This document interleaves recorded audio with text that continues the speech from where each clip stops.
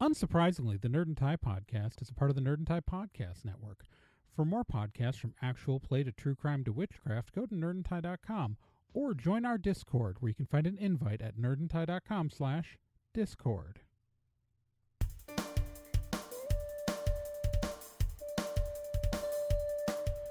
Did you know you could sponsor Nerd and Tie? That's right, for just $20, we'd say your name here. We'd say how cool you are. We'd even say, hey man, nice shoes. All you have to do is go to nerdandtie.com, click on the sponsors information, and follow the instructions there. It's easy, it's simple, even you could do it. Or you can contribute to our legal fund by going to gofundme.com/nerdandtie. On this month's edition of Nerd and Tie, we look at the best and worst of 2021, a year that happened.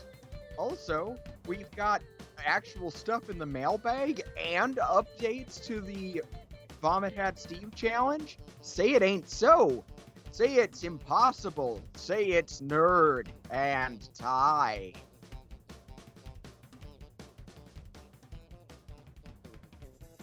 But it is possible. Nothing's impossible if you hope and dream hard enough. A whole lot of good changes to the status quo this month, I think. I'm so excited, and of course, I am the tolerable Nick Izumi, and joining me is reminding us to actually get something recorded is my friend and yours, Trae Dorn. I'm the taller-able one. I mean, it's objectively true. Yeah. I still hate the pun. Yeah. And the shorterable one is my friend and everyone's, Gen Proc. You stole my joke. I was gonna do that.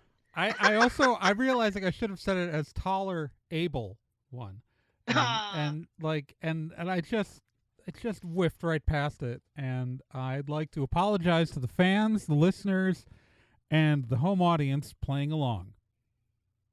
Hey, everyone would get a kick out of the fact that I use the really long set of tongs to get things off the high shelves. Well, I'll tell you, I was visiting my parents and over the holidays, and there was a point where my mother, who is like 5, well, she used to be 5'6", I think she's 5'4" now, as she has shrunk over the years, asked me to get something down from a high shelf. Every time she'd repeatedly over the course of a couple of days would ask me to get something down from a high shelf, and then she'd be like, I can't believe you can reach that, and I'm just like, why? Why can't you believe that tall people exist? I was 6'3" when I lived in your house. I'm still 6'3". It's a mystery. It didn't change. Tall people are a conspiracy made up by NASA. I know my dad's only 5'10", but Mom, your brother's 6'7". I often have to call Eric and ask if I can use his tall. He's not even all that tall. He's pretty short. But he's taller than me, and that's what counts. Because he's the tallest one in this household. I mean, it's true that Krista occasionally asks me to get things down from high shelves, and then later asks me to put things on high shelves. But she's 5'2", so I'm, I always say that it's never a good sign at the anime store that I part-time work at that I'm one of the taller people there. But I take comfort in that I'm not the tallest person there. So that's something. Why do you take comfort in that? Because I don't want to be the tall person. I'm small. I've always been small. But you could be tall and graceful. Well, with great height comes great responsibilities, Ain't that the truth? and we just don't want them. You can have Exactly. them. And speaking of great responsibility, None of us have seen Spider-Man. yes, that is correct. There is Spoiler of the episode. spoiler of the episode. There's no safe way for me to see the Spider-Man movie with my immunocompromised spouse, so I just haven't seen it. I'm a diabetic, and I am not risking health complications for a Spider-Man movie I can see in a couple of months on demand.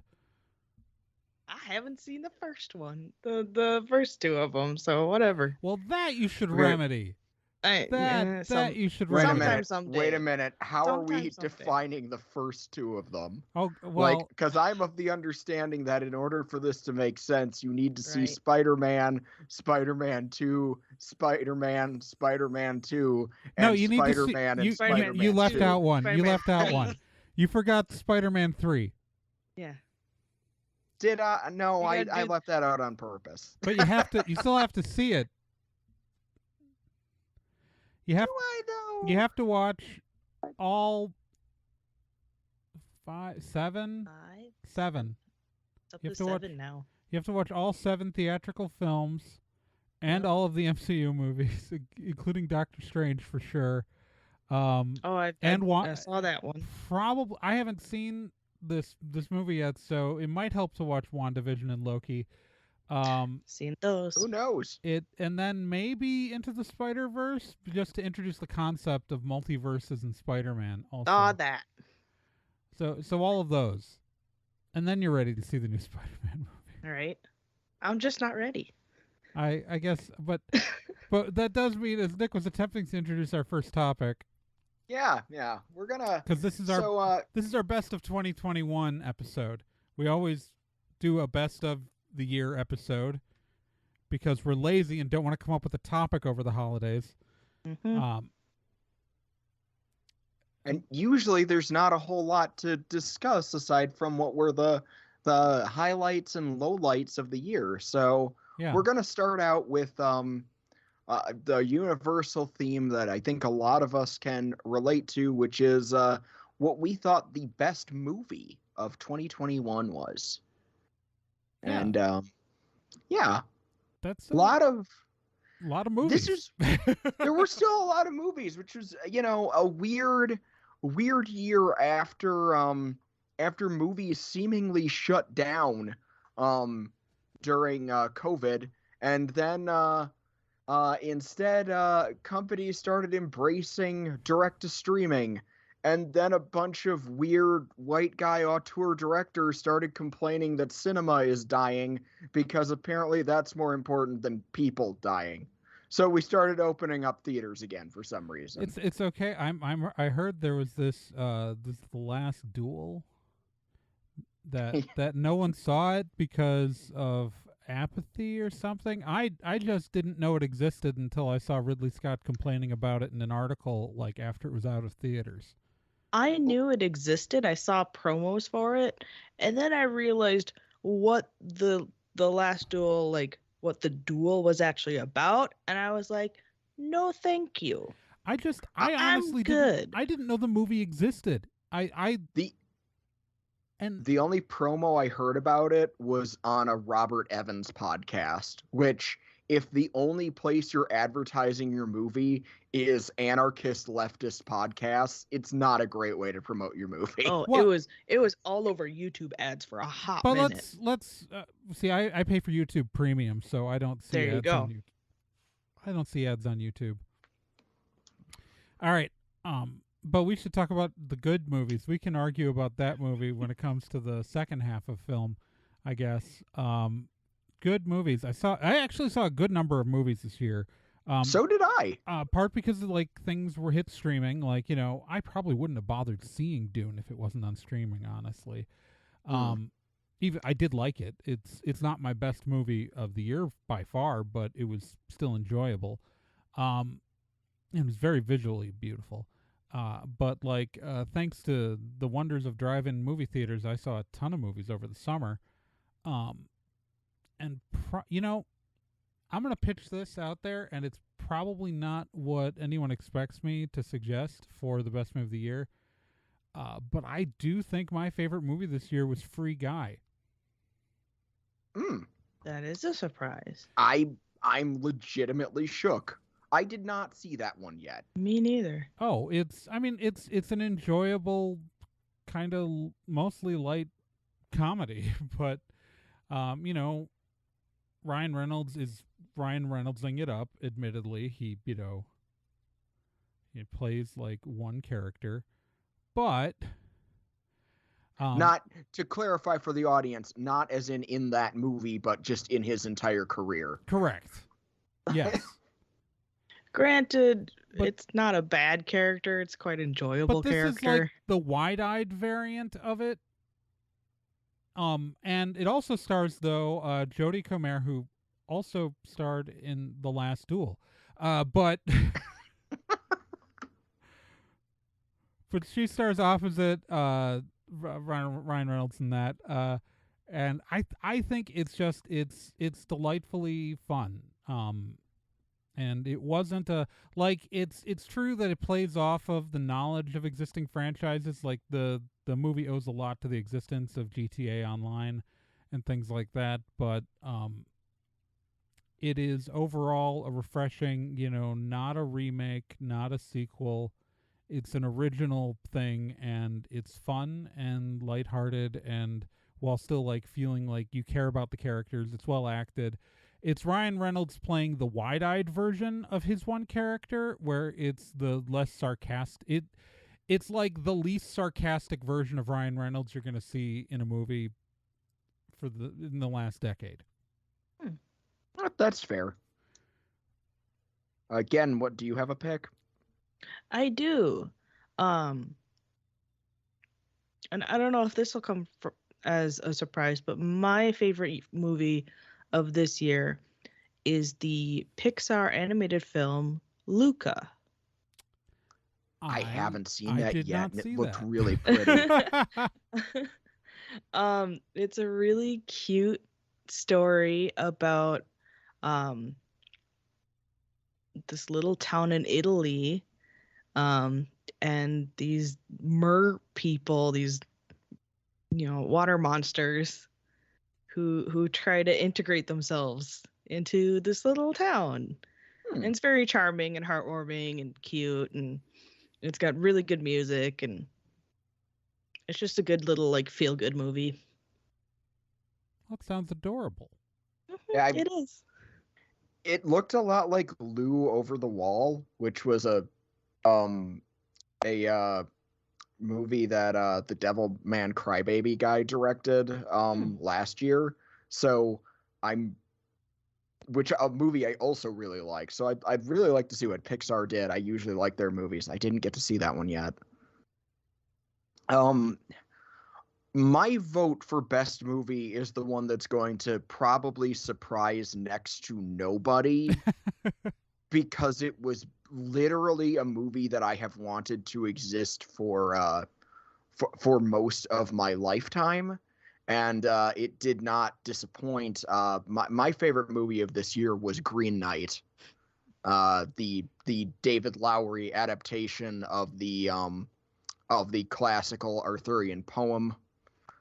It's profoundly creepy and unnerving and is about loneliness and the concept of honor and perhaps also toxic masculinity and just a whole lot of really interesting things in this incredibly sad and incredibly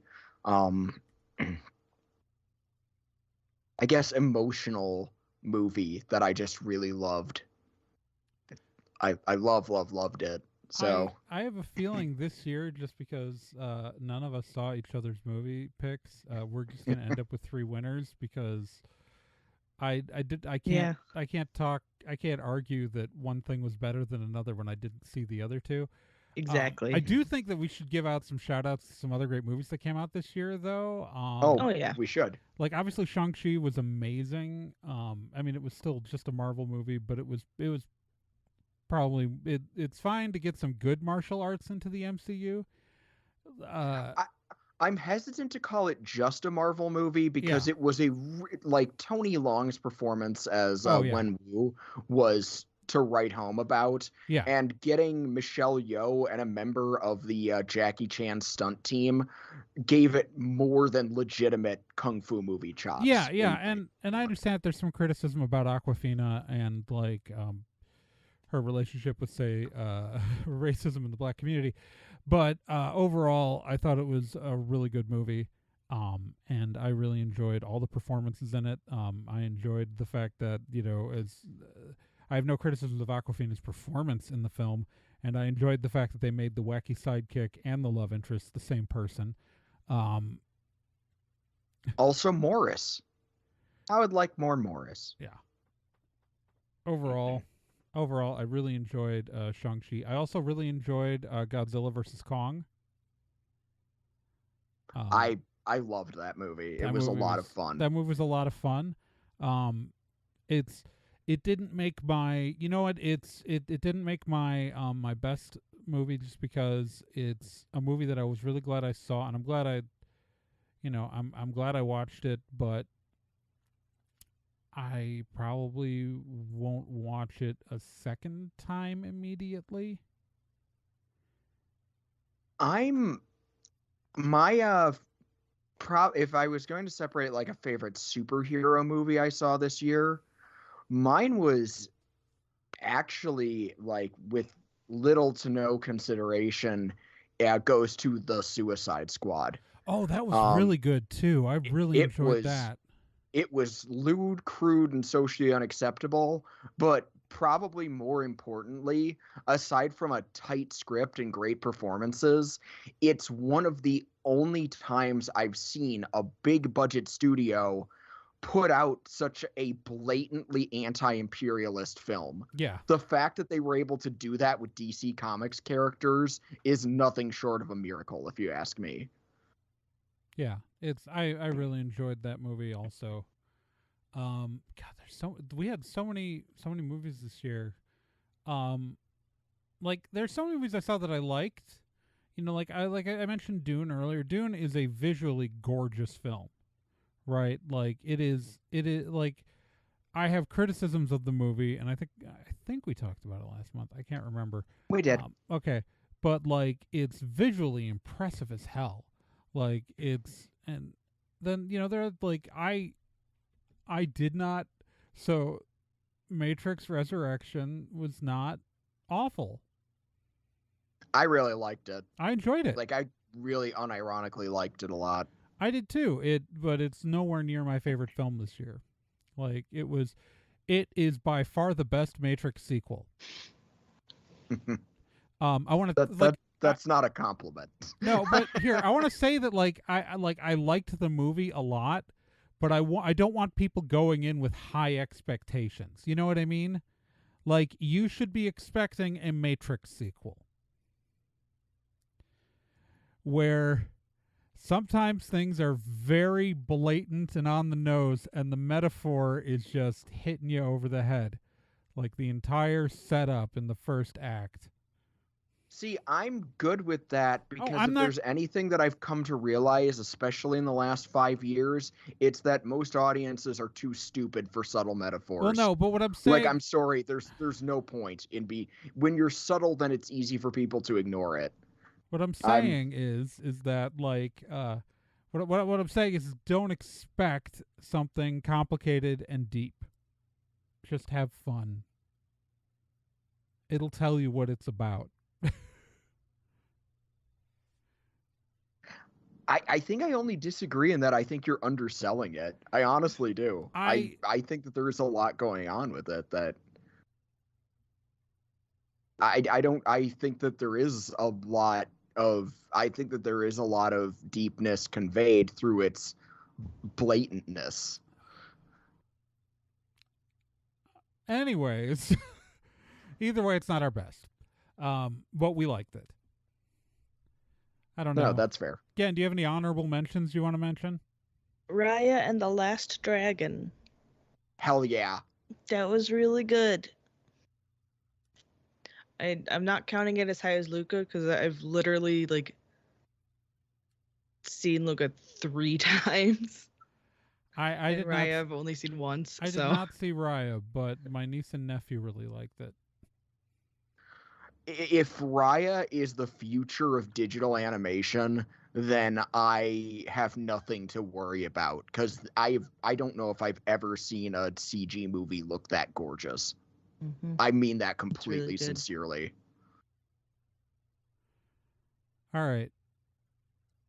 So I think we covered the best. Why don't we talk about the turds? Yeah, what were the worst movies that came out in this year of our Lord? I'm putting forward The Last Duel just because I'm mad at Ridley Scott. Sounds good by me. I didn't even watch it because it features a prominent part of the plot that is pretty uncomfortable to deal with. Yeah. So I've never seen this movie, but Ridley Scott can go fuck himself. Also, Ridley, millennials are like in their frickin' 30s. That you don't even know what you're talking about, dude. By some definitions, I'm a millennial and I'm 41. By some definitions, I'm a Gen X. It all depends on where they draw the line. But either way, my younger brother, who was born in 82, is a millennial. He's not. These are not young people. No. The youngins are the Zoomers. Also, Ridley, if you're gonna, it has nothing to do with, you know, what else was a medieval period drama that's like 2.5 hours long that people absolutely glommed onto? Green Knight. No, you just made a movie that doesn't appeal to people. It's okay. Oh, and you made it only available in theaters, you massive turd. It's a pandemic, you dink. And unless you're Spider-Man, people aren't showing up. If you're Spider-Man, people will come because and they probably shouldn't still. Yeah, but you know, it's still happened. I'm like, it was so tempting, but I was like, I don't want to die.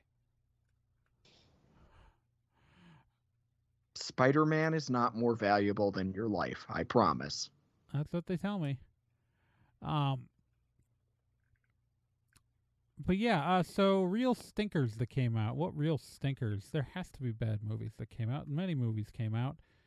Like, I don't want to say like The Fast and the Furious because it was exactly what it advertised itself as. You know what I mean? Mm-hmm. Like, you can't really be critical of a movie doing exactly what it said it was going to be. Mm-hmm. I'm trying to remember the Googling 2021 movies. I mean, if we're gonna go with like if we include like straight to video movies, then I think that there's a pretty strong argument to be made for why in God's name would you make a movie adaptation of the Injustice video game, you know, what? Years after it was relevant. And let me tell you, no one, at least no good people, looked at that and were like, that's a good DC story. I really want to see Superman murder Lois Lane and turn into a fascist. Actual plot of the movie and game. Yeah. I only remember Injustice as the fighting game. Yeah, it was the fighting game. They decided to make a there was a plot to it? Yeah, there's a storyline where the Joker hypnotizes Superman so that he murders his pregnant wife, and him having murdered Lois Lane makes him kill the Joker and then turn into a fascist. So the DC heroes from that universe get the DC heroes from the main universe to come save them. I just remember the fighty bits. That's cool. The only part that's good to remember. the only part that's good to remember, to be fair. Yeah. I didn't even know they made a freaking movie about that. They did. Dumb. They absolutely did. That's really dumb, but it's not surprising because they'll use any like scrap of a superhero storyline because superheroes are popular. Oh my god, when we were And talking want about to make good movies, money. we forgot I didn't mention Mitchell's versus the Machines, and that's a sin. That is really good. That was I a really enjoyed good that. movie. I loved that. I enjoyed that a lot. God, I mean, like, I guess Space Jam came out this year, Oh yeah, but I didn't didn't care see about that that. because the trailer made my brain hurt. I didn't care about it enough to be bothered. Didn't care by about it. Nope. Like, I saw a lot of mediocre films that were just sort of okay, like, the Tomorrow War and like Infinite, that were like just sort of meh. Like, and then there's like the Snyder Cut that I existed. was wondering when we would come to that. I wouldn't put that on like my bad movie list so much as Jesus Christ, Zach, get out of your own ass and cut 2 hours I off feel this like thing. if you want to here's the thing: is my thought on the Snyder Cut has been that there is a decent 2-hour movie in that. You could There cut is. together a good 2-hour movie, but that's not what I had to watch. They're easily and you being you easily better could have made a than, good 2-hour movie from it, and they didn't. being better than Joss Whedon's cut of that film does not make it. That it's still on my lower half.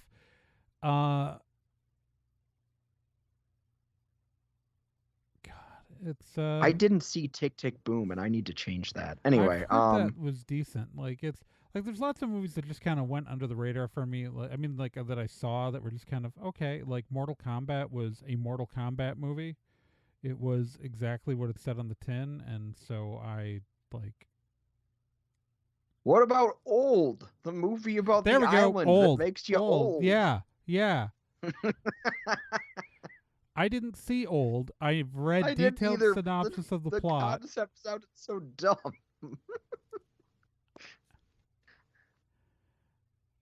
And again, what are your thoughts? There are a lot of movies that I just did not care about enough to see. Just at all. They didn't pique my interest at all. So it sounds like the worst movie of 2021 is our general sense of apathy towards some of these movies, which means The Last Duel is the perfect movie to pick as our worst movie of 2021. Although I want to give a shout out, like a honorable mention to the horrifying 40-year-old man face of Dear Evan Hansen.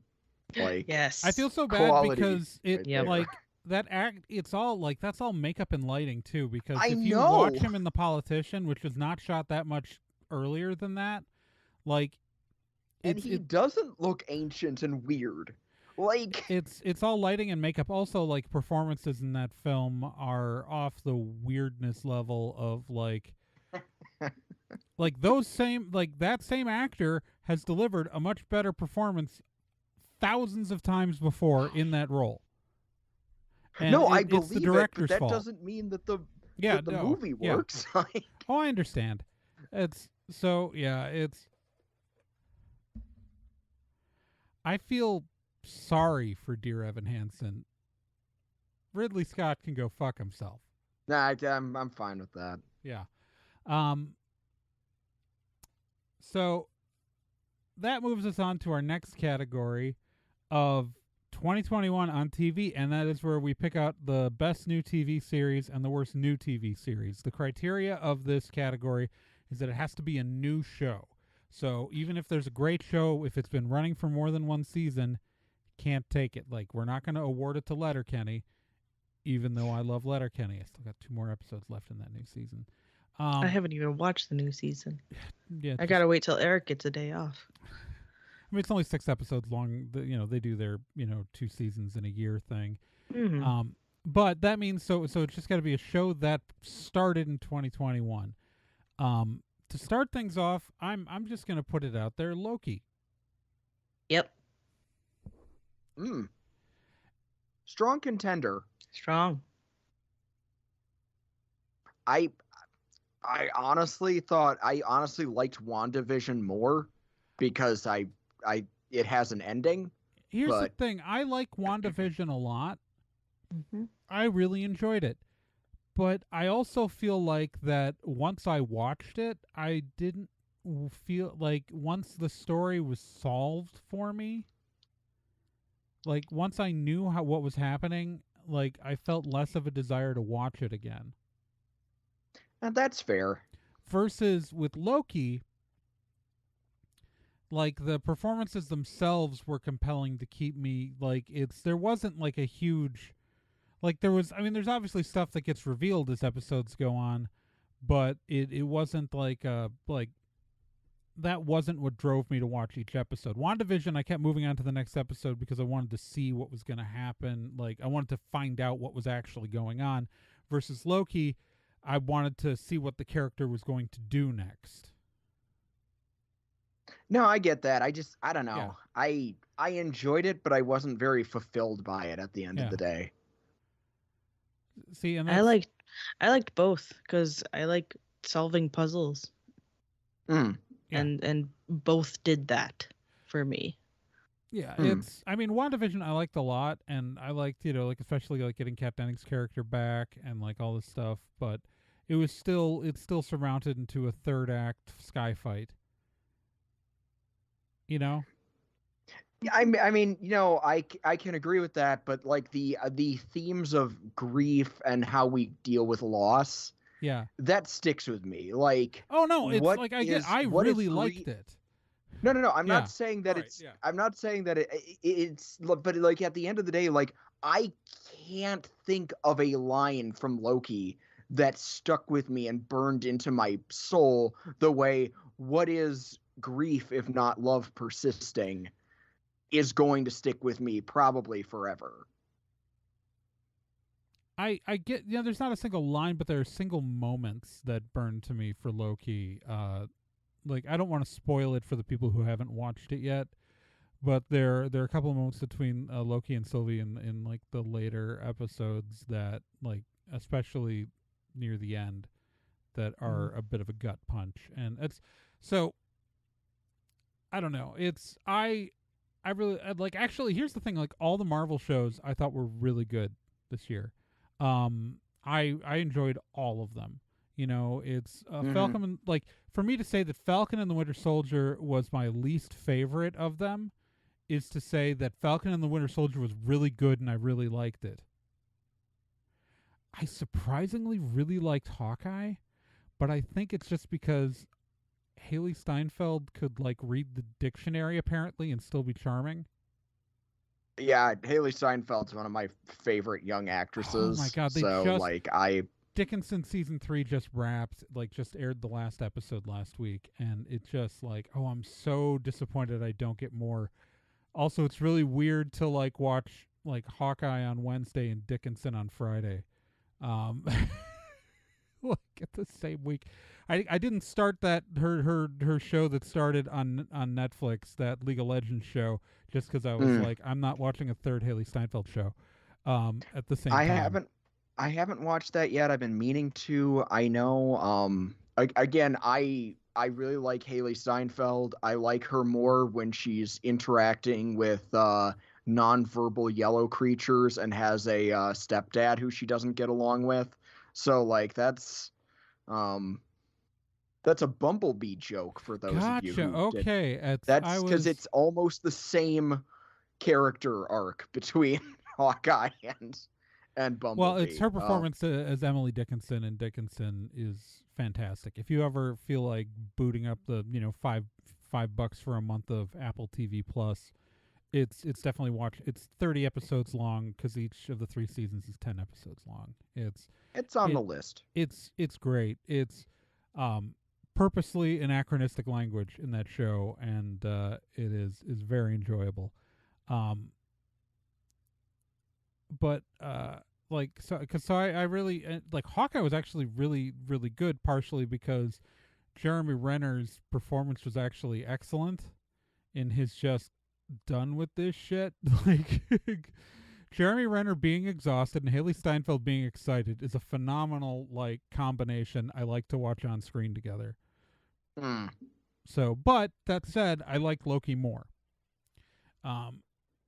So that's why Loki gets my vote for best show. And these have all been Marvel series I've been talking about. Again, do you have any thoughts? I have thoughts. I would like to posit a show that y'all probably haven't watched, called Shadow and Bone. I did watch that. I loved it. I wasn't sure. I didn't get a chance to see it. I thought Look that good? It is super That was- good. You know, it's the only reason I bring it up is because for some reason I thought that season aired in 2020 and not 2021. No, Shadow and Bone was excellent. I it was did really so enjoy good. that. Yeah. And I've heard from those who are deeply embedded in the books of the Grishaverse that Mm. you know they did a really really good job translating Well, and adapting the books. yeah, and the performances are great. I love Ben Barnes as Mm.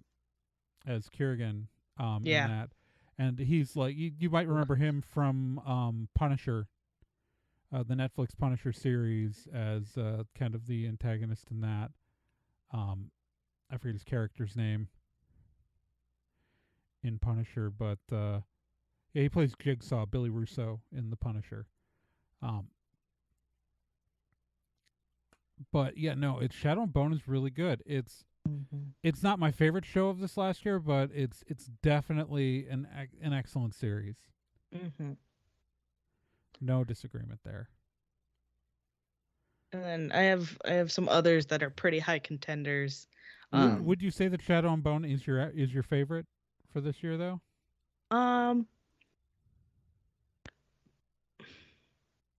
Probably. Okay. Because I'm just going with we're going to have 3 winners. That's going to be fine. I'm about to say we might have to. I've got some. Mainly because in how I watched Loki versus WandaVision versus Shadow and Bone. Loki and WandaVision, we definitely did the like watch each episode as it comes out thing. Shadow and Bone, I binged that in a day, I think. Or like 2 days. It was just Yeah. like I couldn't get enough. Yeah. So Shadow and Bone's what your vote is? Yeah. Yeah, I want to give a shout out to Star Trek Prodigy. Also really 'cause good. That was Really really liked good. that. I want to shout out Lupin. Also really good. Oh yeah, that was the Netflix Mhm. series. Yeah. Mhm. Lupin was great. Was that in 2021? Did that premiere? Yeah, I think so. Time is soup. I will.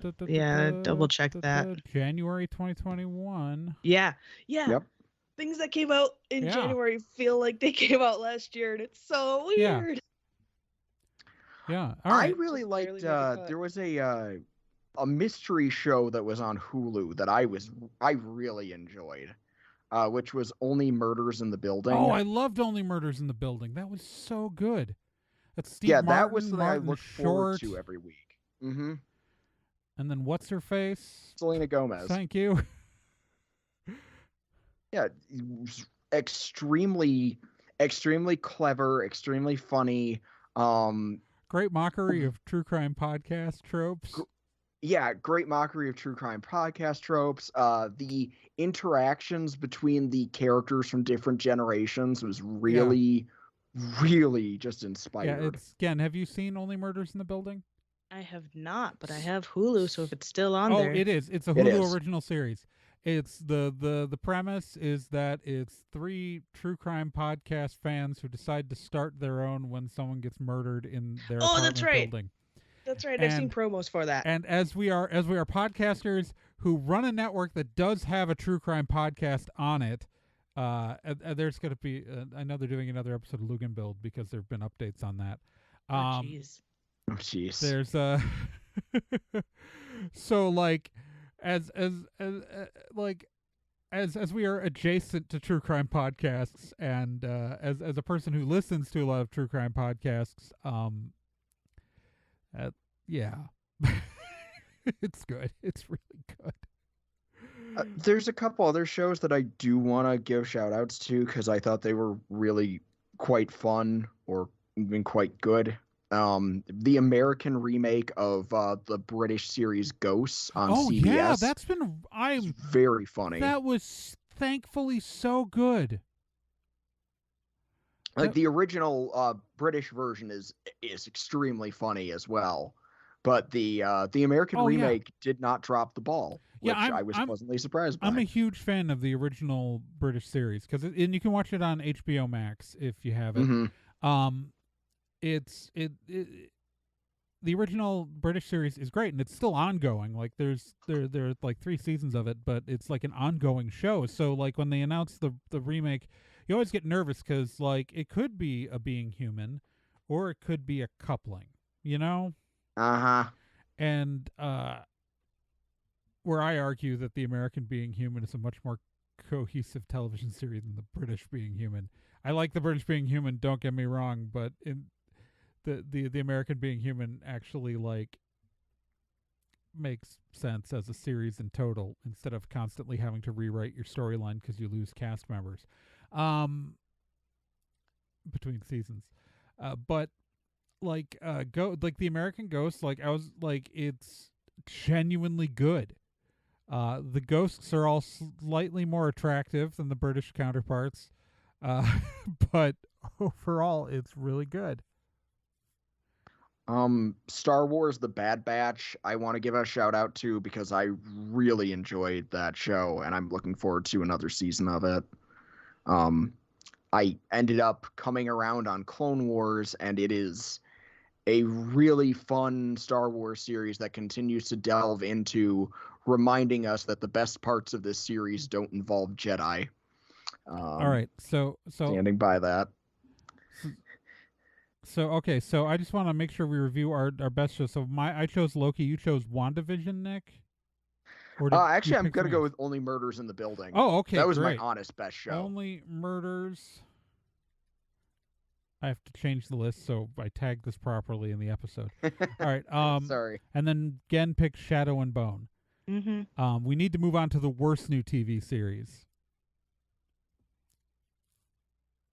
What is the worst thing that you put on your television this year that was new?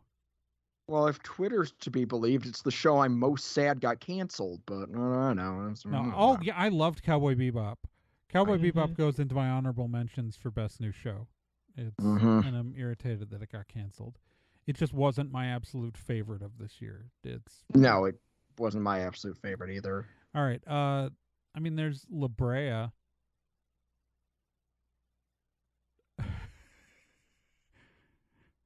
That wasn't good. It's NBC genre. I completely television. forgot a Superman TV show that I loved came out this year. What is going on? Oh, God, this Superman time and is Lois? Mm-hmm. That was Loved good. it. Yeah, I'm trying to think of what was bad, though. I didn't watch a lot of bad TV this year. New shows for 2021. La Brea is so far my first thought. I didn't watch the Fantasy Island remake. I didn't watch a lot of these.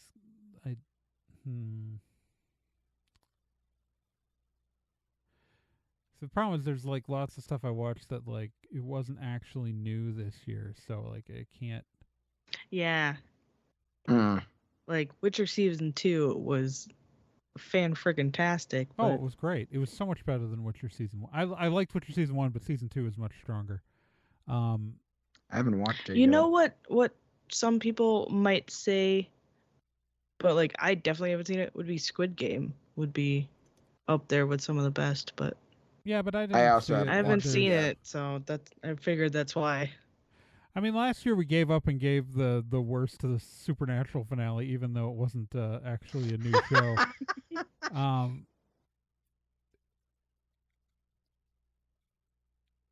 And I argue that maybe the Supernatural finale should be the worst again, just because it was that bad. Oh, Walker Texas Ranger. There we go. We're gonna Yeah. give it to the Walker remake. Yeah, Walker. Walker Speaking of Texas Ranger. Supernatural. Yep, Walker.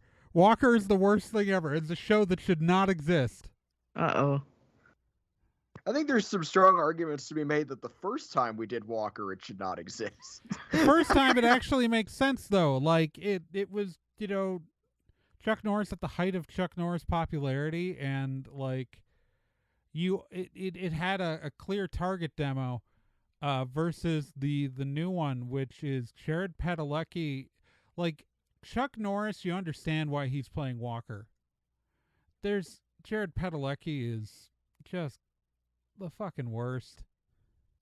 I'm swearing a lot this episode. I'm sorry. But Jared Padalecki has been a disappointment as a human being for the last year and a half. And here's the thing. His acting is so much worse when it doesn't have Jensen Ackles snarking at him while he says the lines. And the difference is like Supernatural, he was reading those lines too earnestly, like with writers who were going to wink at it afterwards, versus this is just self-serious schlock. So yeah, no. My worst new TV series vote is Walker. I can get behind that. Walker, more like Pooper. No, don't.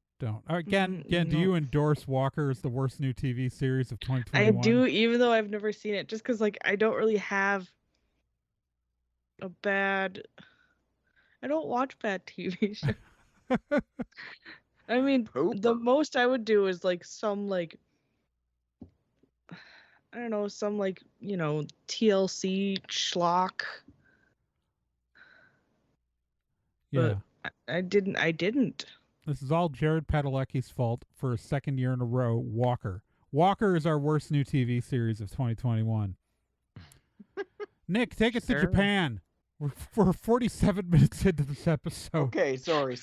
Okay, so we're going to look at some things, the best and worst from Japan. A lot of thing from Japan is always a fun category. We often look at a lot of anime, and with good reason. This was a really landmark year for anime, and a lot of people would say that there was a lot to choose from, and I'm inclined to agree, be it that Mobile Suit Gundam Hathaway made not only a good sequel to Char's Counterattack, but a movie about, pardon me, a Gundam movie about leftist direct action praxis, or I don't know, Hideaki Anno spending a decade and hundreds of millions of yen to make an Evangelion finale to remind the audience that he's a wife guy. I loved these things. I loved Dynazenon. I loved so much of this year, but if I honestly had to pick what my best thing from Japan is, it's a little quieter and a little bit more artsy, and it is the anime series Heike Monogatari. It is a really beautiful little anime based on, as the title suggests, the Heike Monogatari, or the Heike story, or the fall of the Taira clan, depending on who you talk to. This is a historical historical poem, historical novel that, like, even Japanese grade schoolers are expected to know. And this storyline is lampshaded by the fact that one of the main characters is a little psychic child who already has a grasp of the grisly fates that await the Taira clan, who takes this young one in after her guardian is brutally killed in the street. It's really pretty to look at. It doesn't look typically anime, and almost every episode has a shamisen solo in it, which is extremely powerful and very good. My vote for best thing from Japan this year is Heike Monogatari. I have no idea how to write that down. I will spell it, but I'm afraid Vink's kids will hear me and tell me that I'm wrong. Heike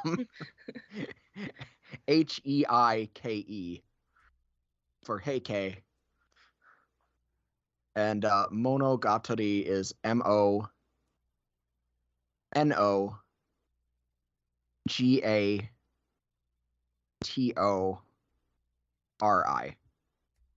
Thank you. Because I have It's to. streaming on Funimation, and it's very good. I have to write. I actually write down what all of our best and worst stuff every year, in case we have to look it up later. So it's. Oh yeah, I understand.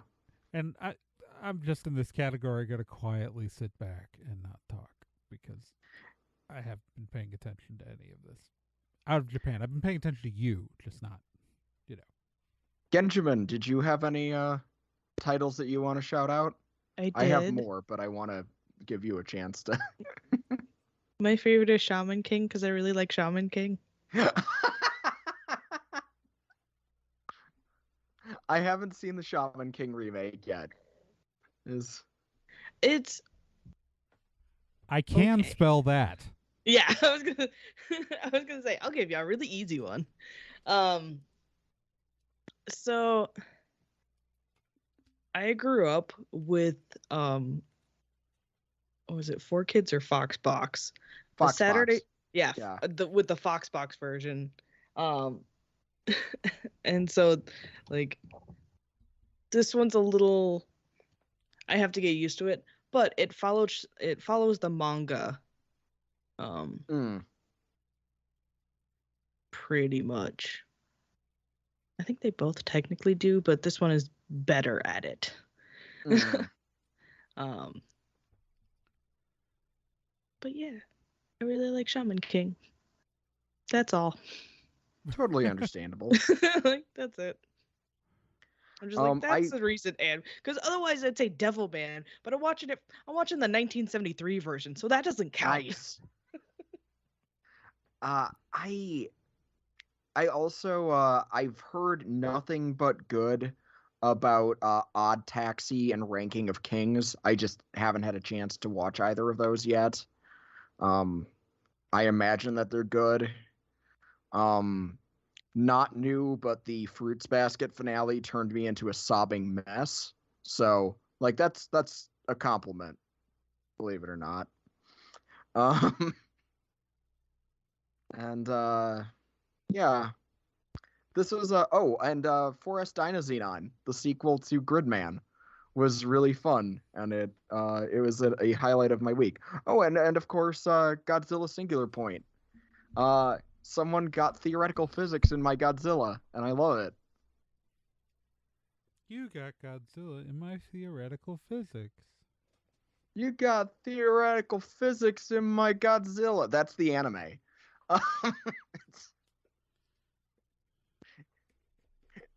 It's way more fun than it sounds, but it's very gremlin millennials talk about theoretical physics, the Godzilla series. That's what she said.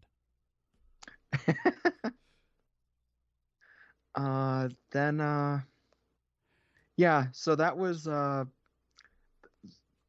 I think that is a strong pick as well, Gen. I just haven't had a chance to watch it yet. Yeah, no, that's fine. I fully endorse both of your picks. For worst thing from Japan, I'm gonna be honest. I'm really tempted to say that there were 2 more Rurouni Kenshin movies, not because the Rurouni Kenshin movies have been bad, but because all of them have been uniformly good. I just don't want money to go to a pedophile. True fact. But I think the actual worst thing from Japan has to be X-Arm, the series. Is if that you guys just the letter X dash EX. Arm? Oh yeah. See, that's why I asked. Yeah. Okay. Yep. X-Arm, the series. X-Arm is amazing because it was directed by a guy whose entire resume was doing pickup work not like the full work, but like helping with um cutscenes from software games. Almost none of the staff had experience in anime, and they made a series that was done entirely in CG. The character models are not reflecting against each other well. Most of them can't emote with their faces. And probably my favorite thing of all, which is saying something because the show is just a glorious mess, is that like characters kissing, usually two women kissing, is like a main thing with the plot. And aside from just kind of being skeezy, they couldn't rig the faces to kiss. So there's just a white light over the two people's mouths so you don't have to see. What? So you don't have to see that they can't rig the faces. It's beautiful.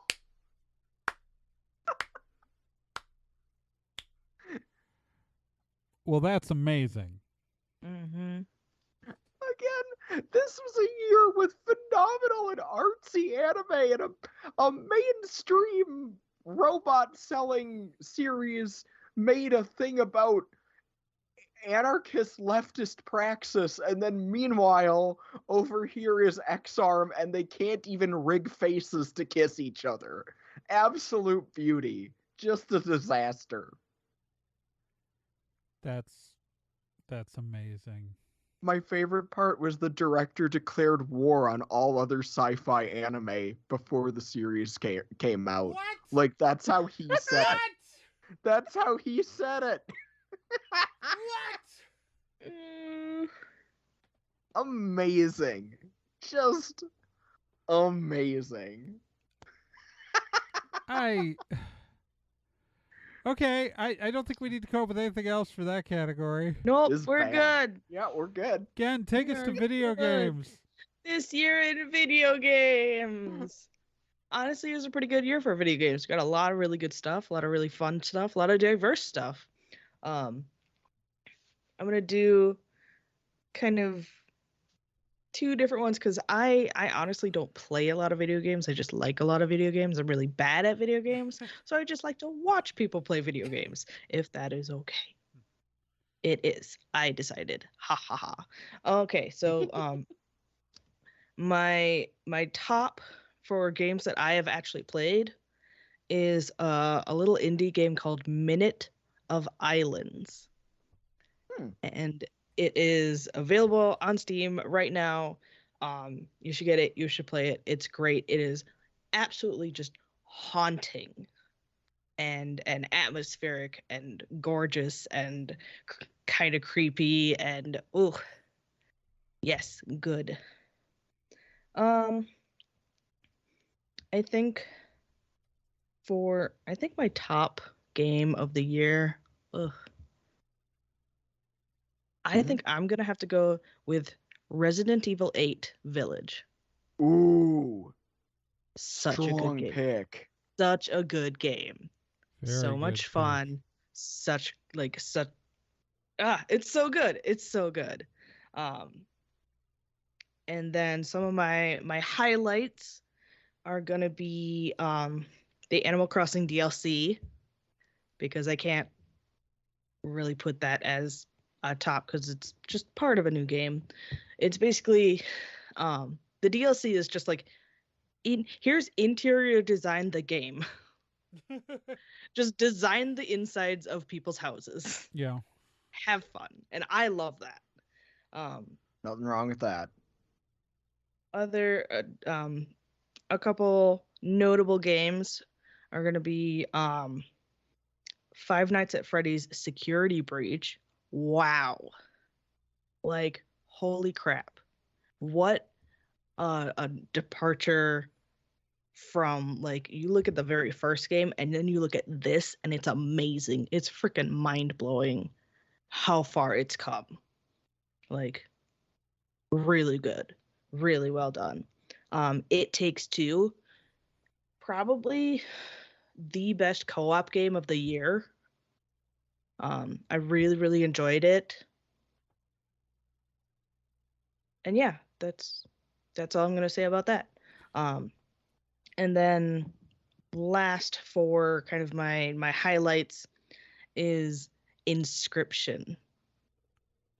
Really freaking cool game. Really cool game.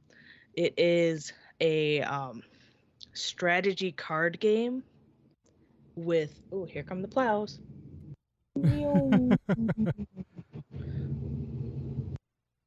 There go the plows. Um, but yeah, Inscription. It is a strategy card game um, with plot and secrets and story and so much more. It's really, really cool.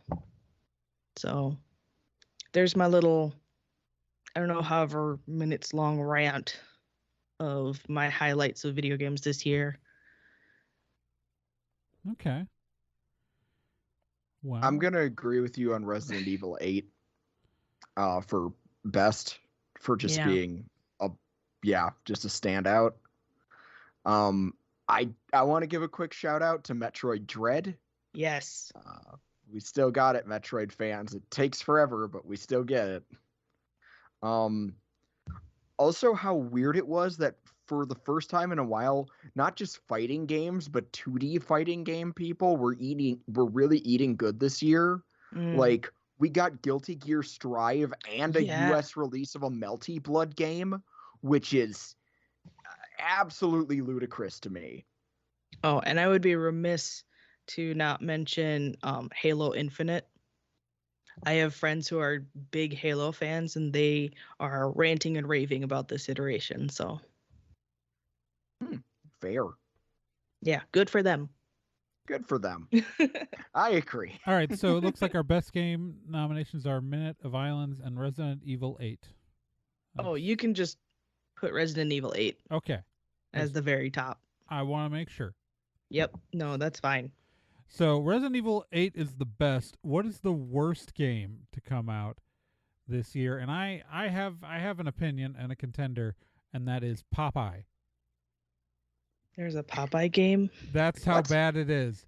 So it is 3 effective. It's like in many ways supposed to be like a successor to the NES game, but it's like 3 looping levels where you avoid Bluto, or you avoid collect hearts, or you avoid a vulture and collect hearts. That's the whole game, and it loops infinitely across 3 levels full of pre-bought assets.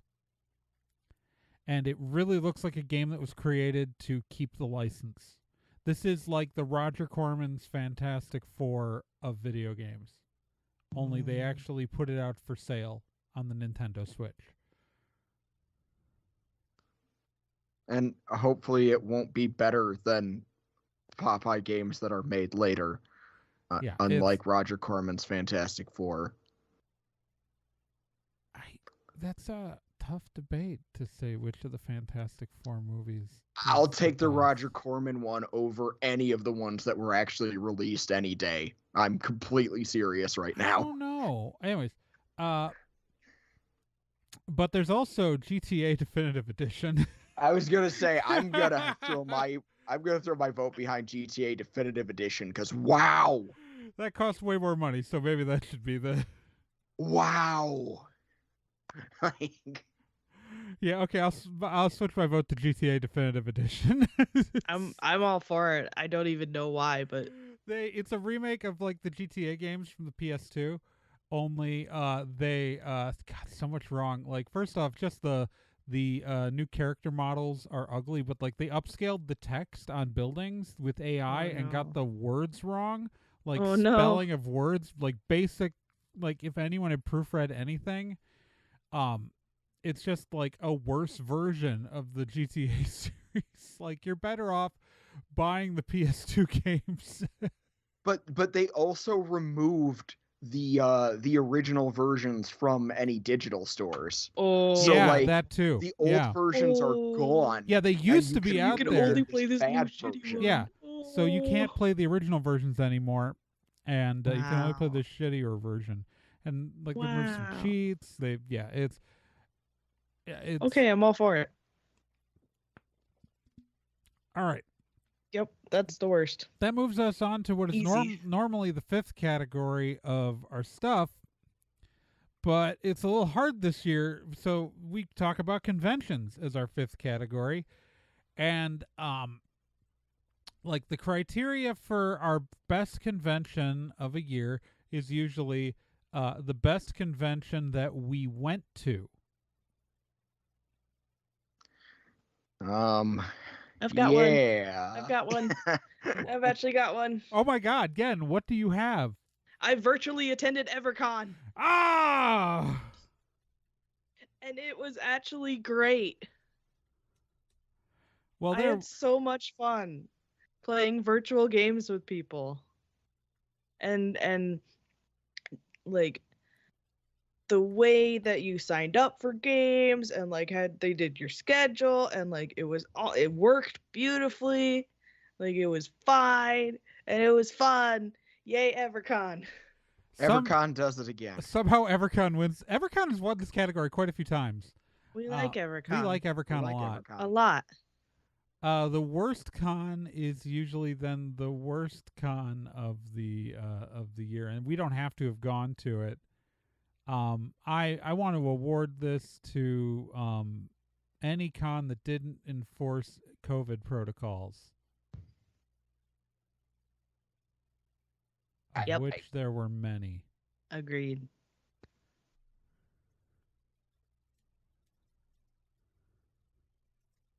That is, yeah. You know who you are. If you went there, you saw people not wearing masks. There's more than one of you. They did not, require vaccination or negative COVID tests. There were many of you. Y'all suck. I feel like cons are like Spider-Man in that they're good, but they shouldn't kill people. Well, I mean, that's... I'm bringing it to the joke from earlier in the episode. Okay. I'm just saying that, like, I don't know if that's necessarily, like, I mean, specifically about Spider-Man. Like... It's about the Spider-Man movie, which people are also apparently willing to risk their lives for.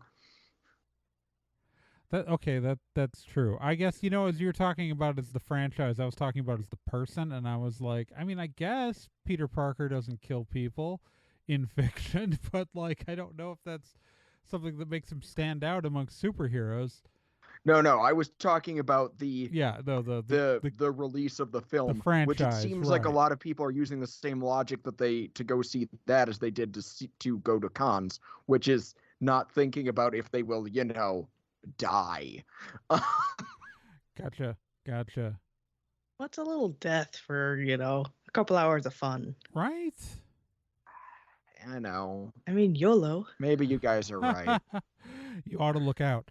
All right, so... Anyways, speaking of looking out, again, we have something in the mailbag this month. We do.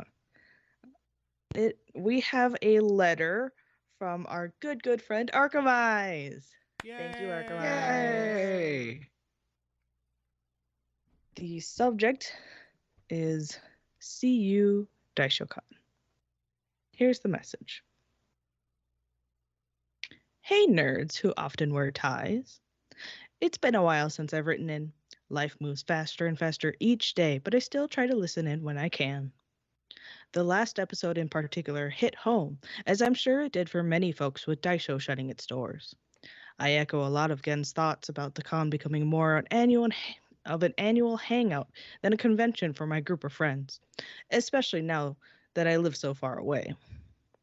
I have a lot of great memories of the con, but it does pain me to know it became so poisonous to so many people I love. It was high time names were named in what caused the failure of that convention, and I, for one, greatly appreciate Nick sharing his experience, as I know it is one of many. I'm sad to see it go, but I suspect there's a number of college students right now getting together in their dorm or on Zoom, talking about how much they loved the convention that is no more, and how cool it would be if they started their own convention. That, I truly believe, is the legacy of Daishokan. Stay well, and I wish you all the best fortune in the future. Also, hey, Shameless, we need to hang out and play Escape from Aliens in Outer Space again. So much fun!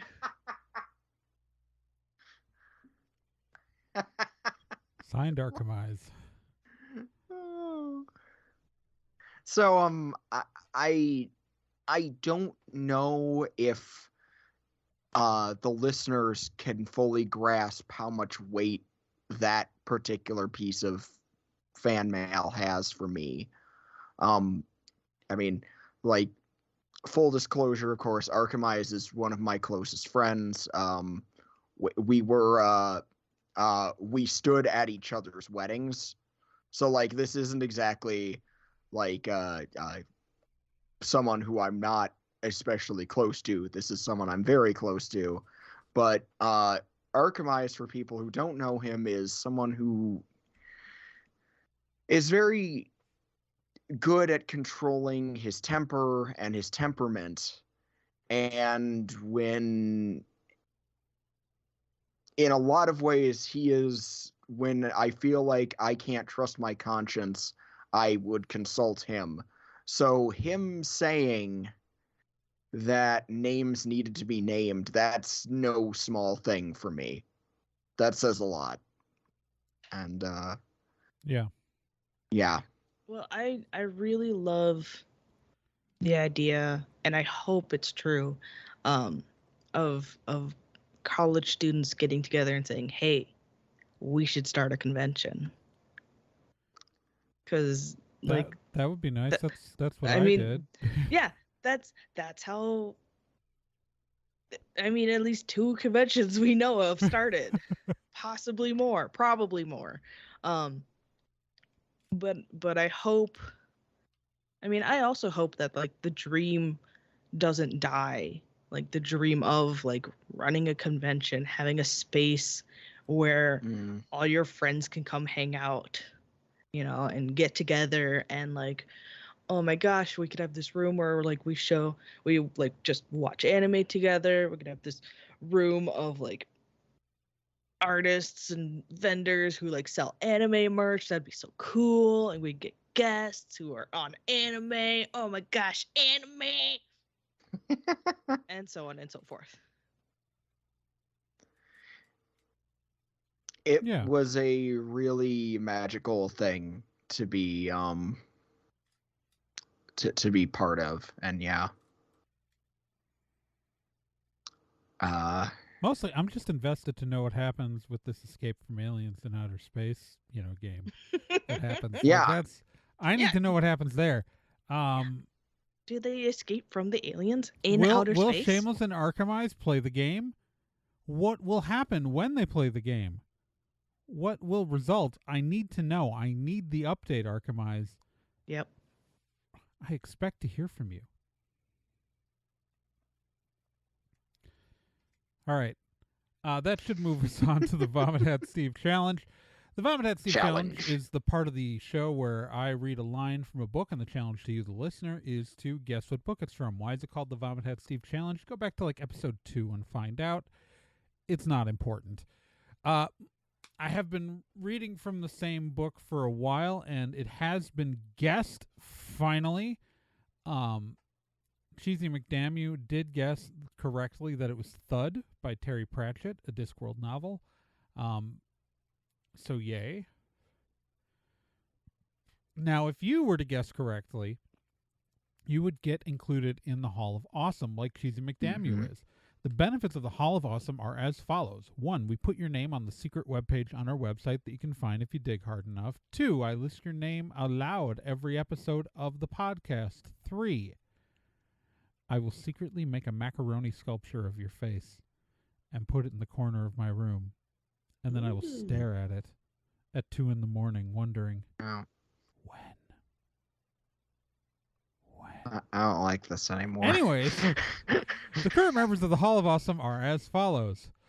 Archimize, Zero, Rena Innocenti, Cheesy McDammy, Krista, Slitheridi, Shameless Otaku, The Random Ramblings Man, Corfan, Capito, Chris Graham, Lillisaurus, Paper Godzilla, Cavsy, The Minnesota Librarian, Sean Orange, Keith Shuzo, Sakura Sunset, Joel Kreisman, Patrick Delahanty, Wonderland Hearts, and Megsy Sass Council. Now, we are beginning a book anew, or I should say just a different book. I don't know It's honestly, we've done this so many times that I might accidentally grab a book we've done before, but it's a book that we're doing now.